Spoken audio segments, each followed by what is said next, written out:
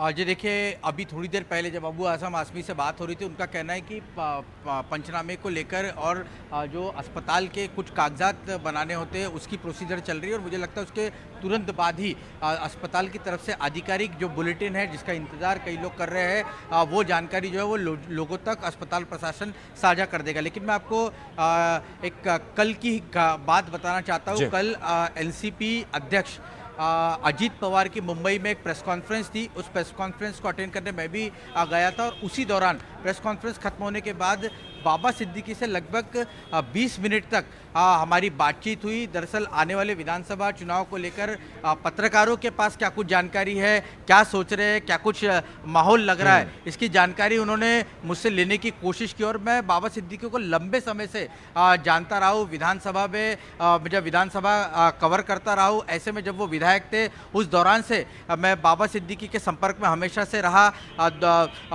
पिछली बार वो आशीष शेलार से विधानसभा का चुनाव उनके सामने हार गए, लेकिन उसके बावजूद इस इलाके के लोगों से उनका संपर्क जो है हमेशा से बना रहा। हालांकि बीच में इन्फोर्समेंट डायरेक्टरेट के एक मामले में उनका नाम उछला, उसके बाद से वो थोड़े से मीडिया से दूर रहने लगे, दूरी बनाना उन्होंने पसंद किया। लेकिन जिस वक्त मैं आपको बता दूं कि जिशान सिद्दीकी महाविकास आघाड़ी की सरकार में कोविड के वक्त में लोगों की मदद करने के लिए आगे निकल कर आया। कई जो झोपड़पट्टी में रहने वाले लोग हैं उनको बाबा सिद्दीकी और जिशान सिद्दीकी ने दिल खोलकर मदद की। फिर चाहे राशन की बात हो, फिर चाहे रेमडेसिविर की बात हो, किसी को ऑक्सीजन अगर नहीं मिल रहा है, किसी को अस्पताल में भर्ती कराने की बात हो, तो मैंने देखा है कि जब भी बाबा सिद्दीकी को अगर फ़ोन लगाया जाए कि बाबा इनको मदद करनी है, तो बाबा एक फ़ोन में लोगों की मदद करने के लिए तैयार रहते थे। तो बहुत ही मिलनसार इस तरह के उनका व्यक्तित्व रहा है और इसीलिए जैसे ही ये खबर सामने निकल कर आई कि बाबा सिद्दीकी पर इस तरह से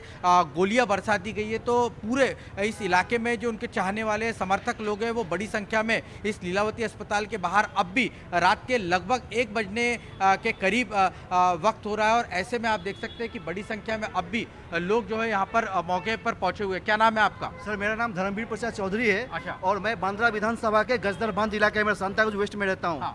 और हमको अभी खाना खाते वक्त मालूम पड़ा है, मैं खाना वाना छोड़ के और मतलब सदमे में हूँ। पूरा फैमिली, हमारे मेरी वाइफ सब आए हुए हैं। क्योंकि उनका ही नल से हम लोग पानी पी रहे हैं। कब से बाबा से आपके कब से संबंध? मैं करीब 15-10 साल से मेरा उनसे मतलब उतना जान पाए। हम लोग बड़े आदमी नहीं है, लेकिन हमारे एरिया में आते थे। 2 बजे रात को भी हमारे एरिया में आए हैं। हमारे मंदिर पे जो कार्यक्रम रहता था वो आते थे, हम लोग इन्वाइट करते तो भी आते थे वो।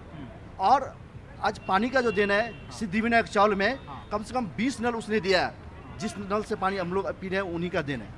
आप ये देख सकते हैं कि भाई साहब, क्या नाम है आपका? फैमिली हम लोग अजीम खान। अजय भाई, क्या कब से जानते हैं बाबा को? बचपन से जानते हैं हम लोग। अच्छा। अभी ये कैसे है कि नहीं, किसी के घर पे खाना रेडी था, नाश्ता रेडी था, ऐसा करना बहुत गलत हुआ ये। हाँ। ये चीज़ सुन के एकदम अच्छा नहीं लगा, क्योंकि हम लोग बचपन से जानते हैं उनको। उनका हर व्यवहार, हर सेवा सब अच्छा था एकदम। हर एक जगह पे उनका नाम ऐसा है कि मतलब हर चीज़ में अच्छे काम में पहले वो आगे खड़े रहते थे। कभी आज तक कभी उनके बारे में कोई बोलेगा नहीं कि भाई बुरा आदमी था। देखिए, ये चीज़ जो चीज़ सामने है ना, एकदम सरल बहुत गलत सामने आई। क्योंकि हम लोग भी छोटे मोटे बिजनेसमैन लोग हैं, नहीं कि हम जानते आज ये जो चीज़ सुनने में है ना, अभी वो इंसान बोले ऑफिस से निकले, अब घर पे जा रहेंगे, बच्चा बेटा उनका वेट कर रहा है कि पापा आएंगे, खाना खाएंगे। अब सुनने में क्या आया, कैसा लग रहा है? तो जिसका बाप खोदना ना, तो उसको मालूम पड़ता है कि भाई क्या बीत रही है उसके ऊपर, क्या चीज़ें गलत हुआ बहुत। आप यहाँ देख सकते हैं कि ये सभी उनके चाहने वाले, और जैसा भाई ने बताया चौल में रहते हैं। यहाँ पास की कौन सी चौल? सर, हम आपकी सांताक्रूज वेस्ट में गजदरबांध सिद्धिविनायक चौल में रहता हूँ। चौल में रहते हैं और मेरे पूरा फैमिली इधर आए, खाना छोड़ के आए सर हम लोग। क्योंकि इनके पूरे चौल की अगर बात की जाए तो वहाँ पर नलों में पानी नहीं आता था। तो बाबा सिद्दीकी की जिस तरह की शख्सियत है, अगर कोई इस तरह की शिकायत मिलती थी तो मदद करने के लिए हमेशा से तत्पर रहते थे। जैसे मैं आपको बता रहा था कि कोविड के वक्त मैंने देखा है कि बाबा और जिशान सिद्दीकी दोनों ने बांद्रा ईस्ट इलाके में हो, वहाँ के तो जिशान वहाँ से विधायक ही है, वहाँ पे तो गवर्नमेंट कॉलोनी हो या फिर पीछे का जो एसआरए का इलाका हो, वहाँ सब जगह पर मदद की। लेकिन उसके बावजूद अगर पत्रकार के तौर पर मुंबई के कहीं दूसरे इलाके में भी अगर किसी को कोई मदद की ज़रूरत पड़ती थी, बाबा को एक फ़ोन लगा दिया तो कहीं ना कहीं मदद करने की पोजीशन में बाबा होते थे और निश्चित तौर पर मदद की जाती थी। जी, विधायक भी, बतौर विधायक कुछ और लोगों से बात करने की कोशिश कीजिए। रौनक, बाबा सिद्दीकी को आप लंबे वक्त से जानते हैं, लेकिन लोग भी अपनी भावनाएं प्रकट कर रहे हैं।